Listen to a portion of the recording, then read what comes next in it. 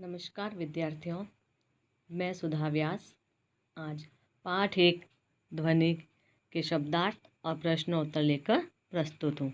पहले शब्दार्थ: मृदुल, कोमल, पात, पत्ता, गात, शरीर, निद्रित, सोया हुआ, प्रत्युष, प्रातःकाल, तंद्रालस, नींद से अलसाया हुआ, लालसा, कुछ पाने की चाह, अभिलाषा या इच्छा।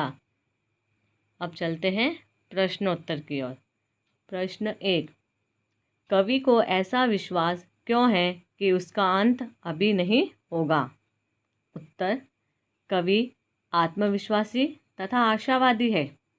उसके अनुसार जिस प्रकार प्रकृति में वसंत ऋतु आने से उसका उपवन हरा भरा हो गया है, उसी प्रकार उसके जीवन में अभी अभी खुशियों का आगमन हुआ है। इसलिए उसे विश्वास है कि उसका अंत अभी नहीं होगा। प्रश्न 2: फूलों को अनंत तक विकसित करने के लिए कवि कौन सा प्रयास करता है? उत्तर: फूलों को अनंत तक विकसित करने के लिए कवि आलस से भरी कोमल कलियों को अपने सपनों से भरे कोमल हाथों से जगाने का प्रयास कर रहा है, ताकि वे एक मनोहारी सुबह के दर्शन कर सकें।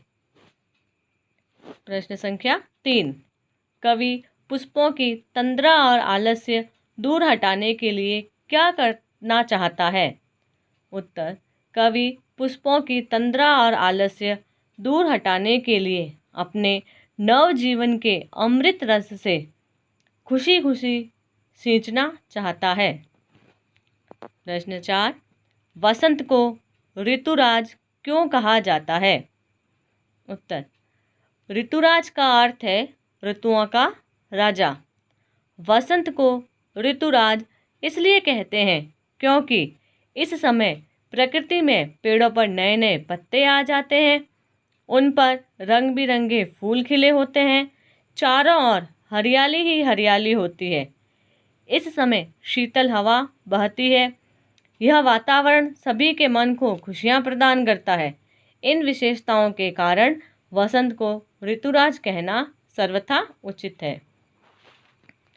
अब बात करते हैं भाषा की बात की, जिसके 2 मुख्य बिंदु हैं। पहला है पुनरुक्त शब्द और दूसरा है विशेषण और विशेष्य। प्रश्न 1: पुनरुक्त शब्दों का वाक्यों में प्रयोग कीजिए। बातों बातों में।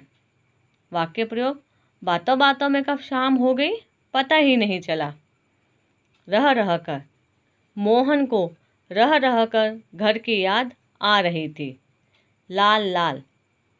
वाक्य प्रयोग: गुस्से से पिताजी की आंखें लाल लाल हो गई। सुबह सुबह: मैं सुबह सुबह घूमने जाता हूँ। रातों रात: ईश्वर की कृपा से वह रातों रात अमीर हो गया।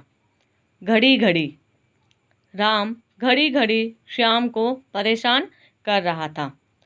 पुनरुक्त शब्द वे होते हैं जो बार बार आते हैं लेकिन उनका अर्थ एक ही होता है।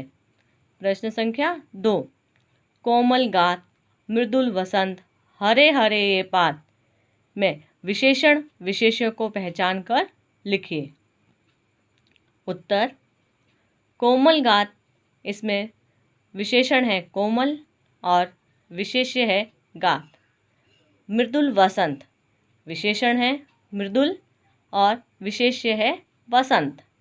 हरे हरे ये पात, इसमें विशेषण शब्द है हरे हरे और विशेष्य है पात। गृह कार्य: वसंत ऋतु में आने वाले त्योहारों के विषय में जानकारी एकत्र कीजिए और किसी एक त्योहार पर अनुच्छेद लिखिए। धन्यवाद।